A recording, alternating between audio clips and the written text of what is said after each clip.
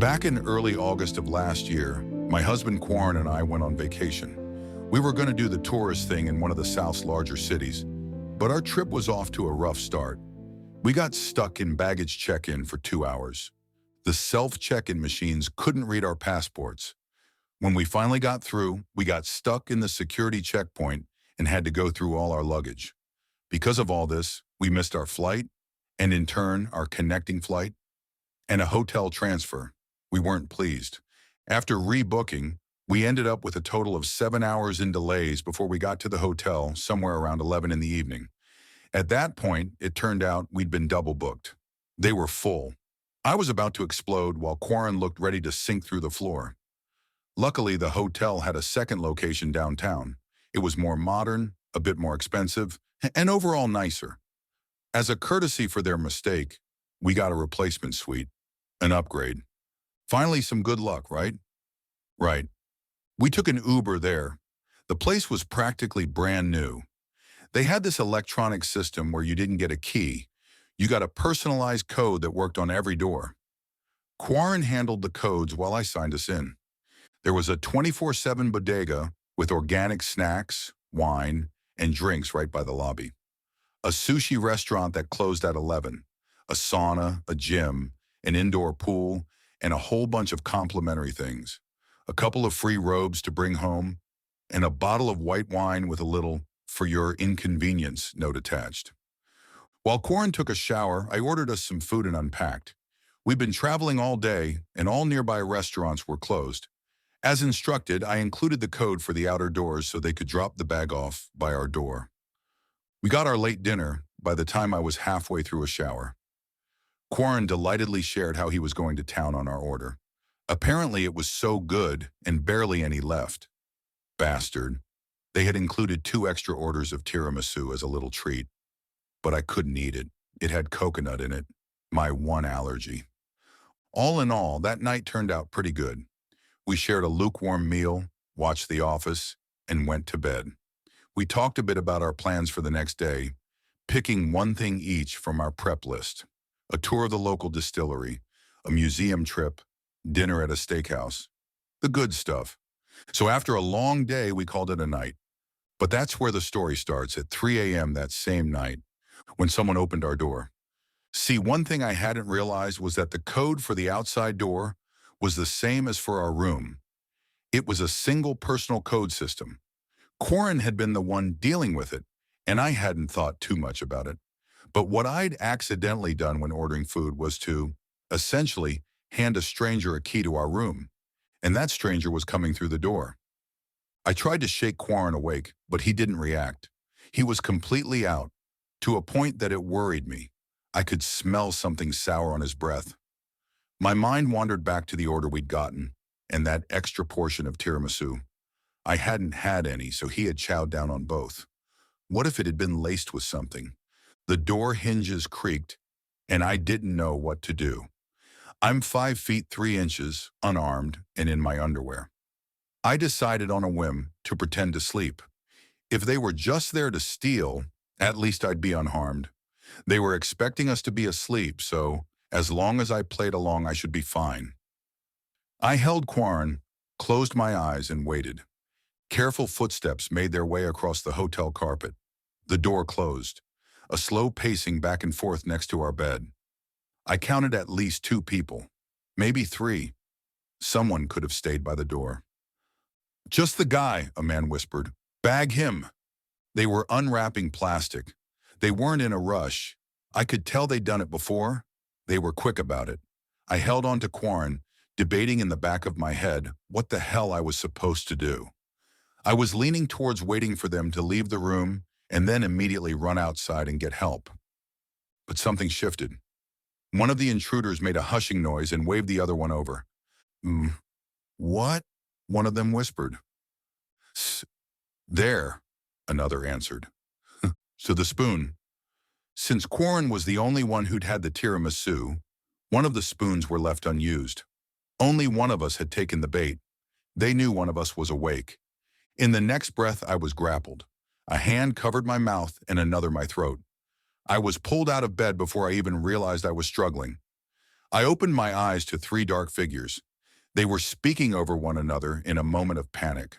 One of them saying they were screwed, another saying they should just go, and a third reminding them that they had no choice but to bring me. I got a gun pressed to the back of my neck. One word and you're done. Then we get him. Understand? I did. I stayed quiet. I couldn't bear the thought of Quarren waking up without me, but what choice did I have? Get dressed, they demanded. Now! They brought me through the staff area, past the laundry room. There was only a skeleton crew working the hotel at night, and most of them were in the reception area. These three could walk me out the back like it was nothing. Right outside, they had an inconspicuous sedan marked with a fast food delivery service logo. They were still talking as they put me into the back seat. They had to improvise a bit. They were supposed to take Quarren, and he was supposed to be out cold. I was wide awake, trying my best to memorize details about the intruders in their vehicle. One of them took off his belt and tied it around my head as a makeshift blindfold. They couldn't drive around with masks on. That'd get them pulled over. They tried to camouflage my blindfold a bit with a trucker hat, and at a glance you'd be excused for missing that it was a kidnapping. Why'd you want to bring the guy? One of them asked. Less hair gets stuck in the drain, the other mumbled. More meat. Sitting in the back of that car was surreal.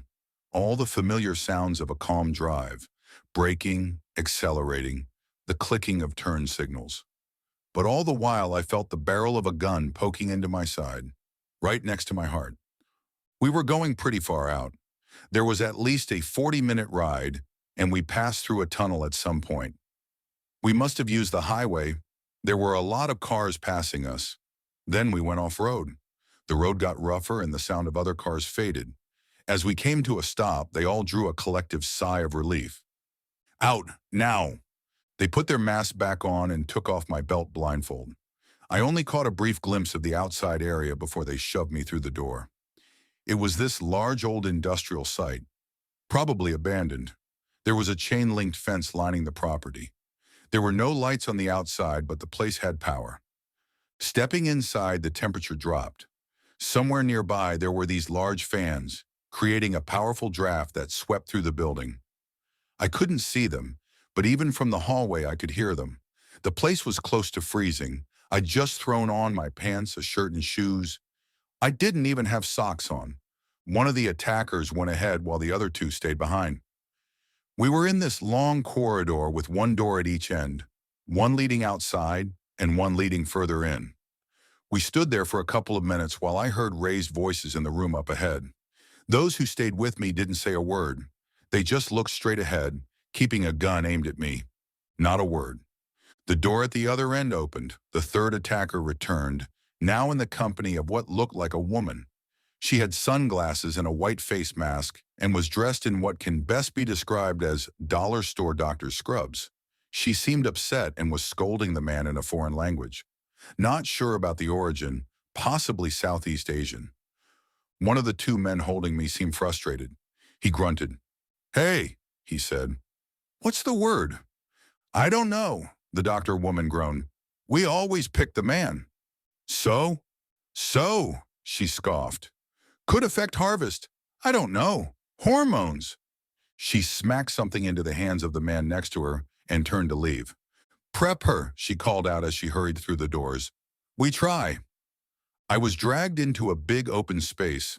It looked like an old warehouse. The doctor was nowhere to be seen. She must have gone ahead. There were doors all over, and I was taken into what looked like a shower room. They proceeded to hold me down and shave my head, these long tufts of brown hair sinking into the drain.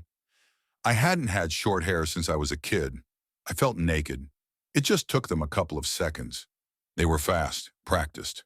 They lead me to a pair of double doors. One of them checked a digital watch. Another opened and tested a padlock. There was a collection of buckets next to the door, stained by something thick and blue. Time? 4:10. 4:10 or 4:11. 4:10. Check. They made a note on a piece of paper taped to the wall. Should we tape her? Doesn't matter, the one with the padlock said matter-of-factly. Been weeks. He's hungry. And that was it. The doors swung open, and I was pushed inside. The doors slammed shut behind me, and I was on my own. The padlock clicked, and the chains tightened. I just stood there for a moment, not even beginning to understand what was going on. After a couple of minutes, I snapped out of it. I wasn't immediately dead, so there was time to map the space I'd been thrown in. I was in a corridor branching off in 3 different directions. I got the impression that this was built recently. The corridor was no wider than 8 feet and had been wallpapered.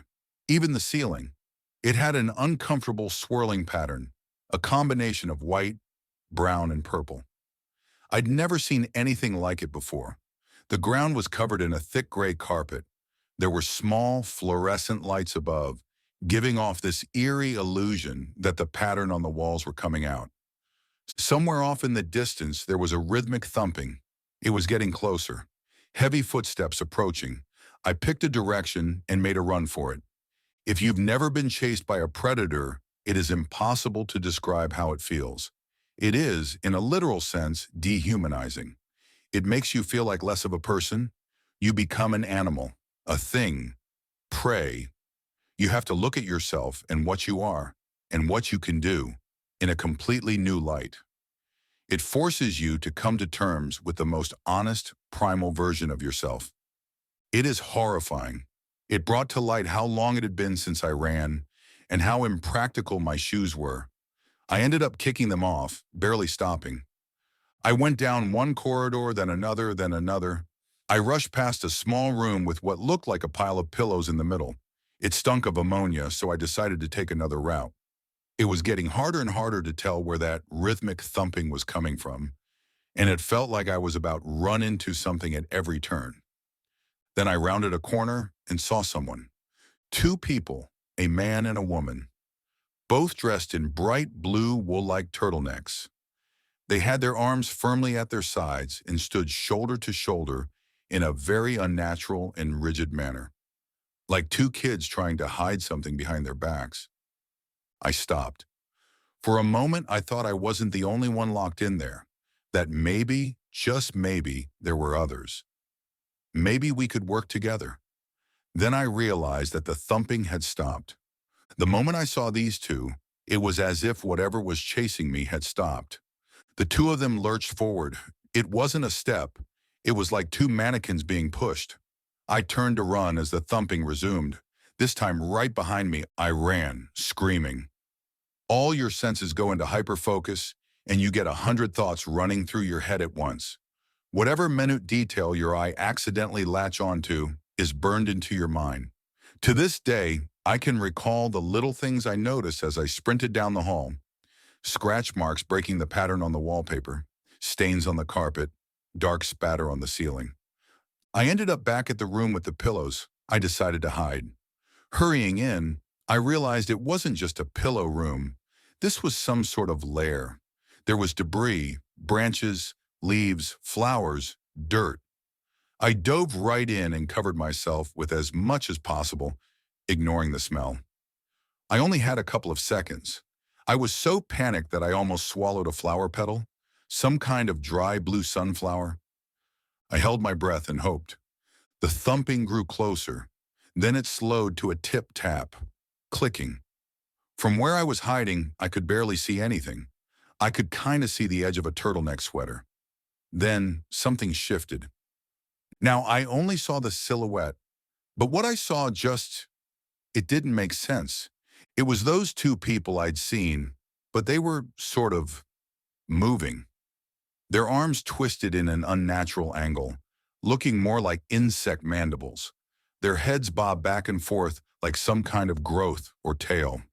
Their chests vibrated and stretched as they slowly came undone. They weren't 2 people. They were a single thing, pretending. Seconds later, something grabbed my leg. I was pulled out of the nest and dragged away at a violent speed. I flopped back and forth, slamming into the walls with every sharp turn. I broke 2 fingers by the second turn. I couldn't turn to see what had grabbed me, so I just tried to hold on to something. Anything. The carpet, the wallpaper, the walls, whatever I could. But the force was just too strong. There was no way. Then it stopped.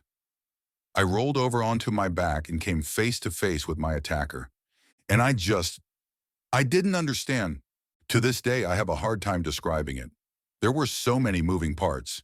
Segmented muscles like living steel wires, mandibles and a beak-like mouth, patches of bright blue hair covering 4 extremities and part of a thorax, a pulsating abdomen. Something warm dripped onto my leg, drool perhaps, or a mild acid. It had the same color as the stains in the buckets I'd seen by the door leading into this place. It was a strange blue, and for some reason, that detail just sort of stuck. There were so many little movements at once, and I couldn't even get the scope of how big it really was. It seemed bigger than me, but it could just have long limbs. I couldn't make sense of it. It seemed insectoid, but its movement seemed calculated and intelligent. Then pain. A bright, burning pain. I mentally blacked out. I flailed, spasmed, and kicked. It had me by the leg, and something sharp had pierced my thigh, picking at my flesh. I could feel my muscle pulling away from me. It was going to snap. I've never felt so vulnerable and exposed. To feel so mortal. It scars you in ways you can't understand unless you've been there. Then it pulled back, letting me go. Mandibles moved, clicking, hissing.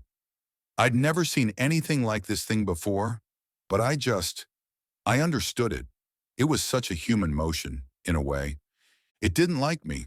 I tasted bad, and that made it angry. It disappeared down the corridor. I just lay there, panting. I didn't even attempt to move. I knew it would hurt like nothing else had. A couple of minutes passed, I think. Maybe an hour. It was impossible to tell. In the distance, I could hear the rattle of the padlock. Perhaps my captors had heard my screams and figured that thing was done with me. Either way, they were coming in. But the moment I heard the door open, things took a sudden turn. Screams and shrieks, gunfire, thumping, popping, clicking, screeching. There was this one noise like a large rubber band snapping in two as a scream suddenly stopped. Panicked voices growing more distant. I sat up and used my arms and one good leg to scooch away. It took a long time, but it was the only way I could move.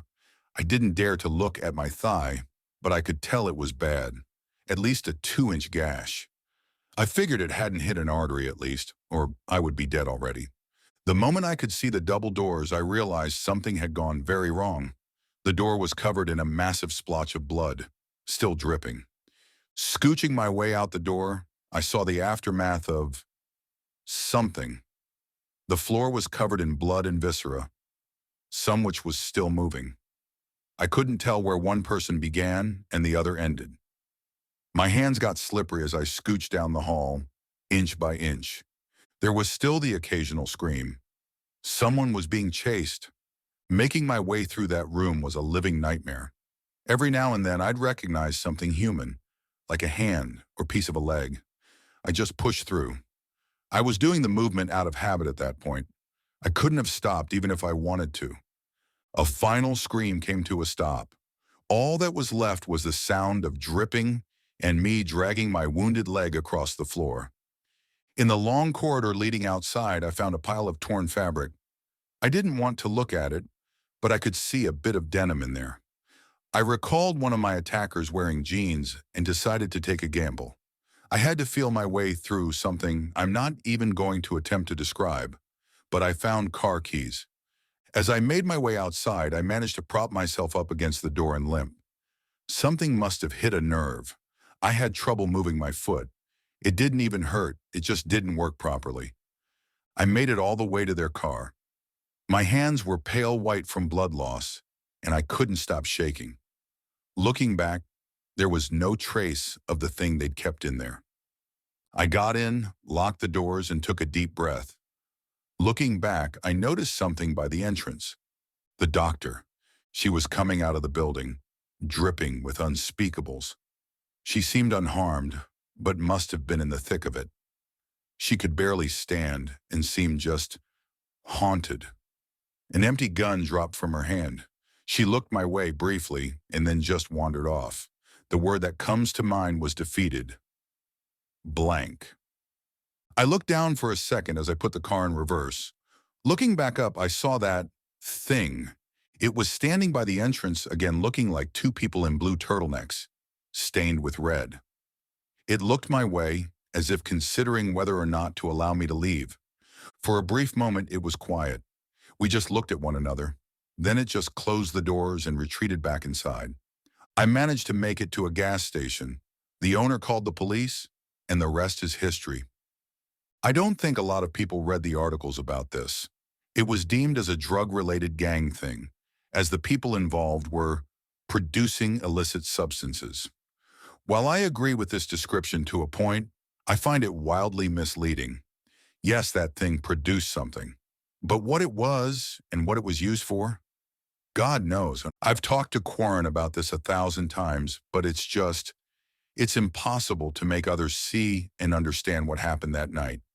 It was just a couple of hours all in all, but it completely turned my life around for the worse. To this day, my one foot is a lot duller than the other, and I always double and triple check my locks. I made a lot of mistakes that night. I didn't know how the hotel codes worked. Maybe I didn't fight enough when they brought me outside. Maybe it was stupid trying to hide. Maybe this whole thing boils down to me having the worst luck in the world to encounter this, and the greatest luck in the world to survive it. Quarren claims I have some kind of PTSD. I don't think he's wrong, but I don't think that tells the whole story. See, sometimes I see these people in the distance that just looks off. Two people standing in a peculiar pose, one person and two kids standing deep inside an alley, only to be gone the next time you look. I'm sure some of it is just trauma creeping back to the surface. I'm sure it is. But not all of it.